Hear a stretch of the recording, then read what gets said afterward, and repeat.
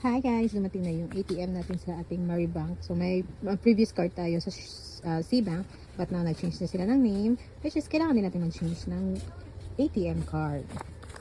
So yan. Buksan natin. So ito pala yung old ko na card, ATM, na C-Bank. So ngayon, ito na yung bago. Parang bangko pa nga rin. Same name, Maribank. So, ito yung kagandahan ng Maribank. Maraming cashback. Kahit sa load, gamitin mo natin sa load, sa mag-pay ng bills, and i-swipe ito sa mall. So, magkakaroon tayo ng discount or cashback. So, laking tulong na yan sa atin